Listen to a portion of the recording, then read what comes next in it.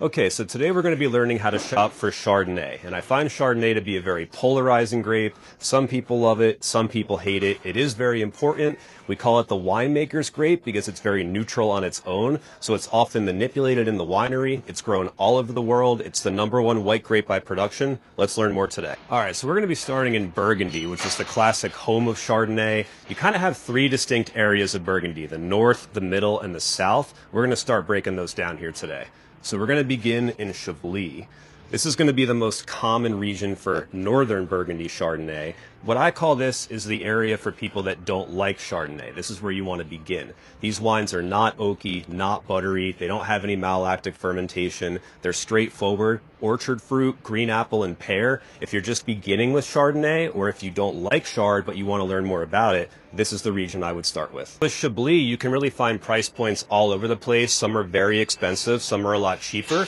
If you want to save money, look for Petit Chablis. This is going to be the lower slopes of that region. You can often find these for $20 or less, anywhere around there. So if you want to explore this, you don't want to break the bank, Petit Chablis is where you want to begin. So if we're heading down to central Burgundy, the area is called the Côte de Beaune. This is where some of the highest quality Chardonnay regions are. Meursault, my personal favorite from this area, a lot more full-bodied, a little bit richer, a little bit spicier. You also have the very famous Puligny Montrachet.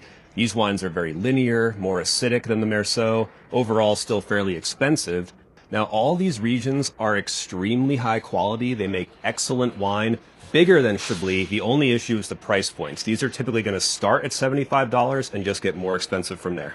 And moving to South Burgundy, these are going to be the areas with the richest, ripest styles of Chardonnay. You have price points all over the place. Let me explain a little bit more. Right over here, you've got a Saint Veran. This is going to be one of your top two areas of South Burgundy. We're going to follow that up with Pouilly Fuisse, one of my personal favorites. These wines have a little more oak influence than the rest of Burgundy, some of that butterscotch, kind of a spicier flavor. They can be a little bit expensive. If you want something similar for less money, I'm going to say go ahead and go to Macon Villages.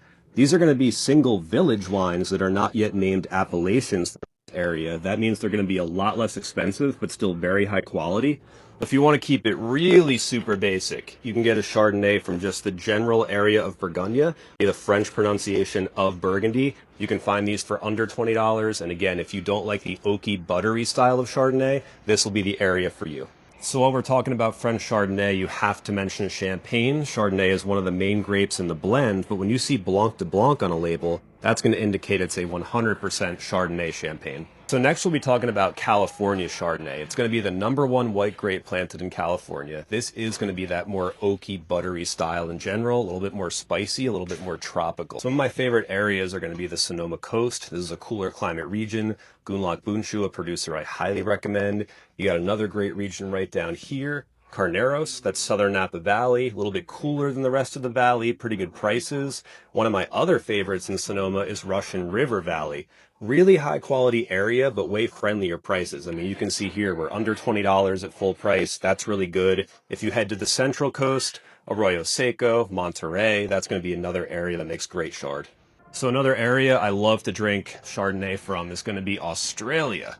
And if you're into blind tasting or studying, this is one that's on the permitted list, so you're going to want to study it. One of my favorite areas in all of Australia is going to be Margaret River. Really high quality Chardonnay. The only issue, as you can see, is sometimes the price points can get a little bit high, but not to worry, the rest of Australia makes Chardonnay in tons of styles at much better price points. So if you want to drink really high quality Chardonnay, but drink more on a budget this evening, I'm going to recommend Chile. This is one of my favorite areas for value wine overall.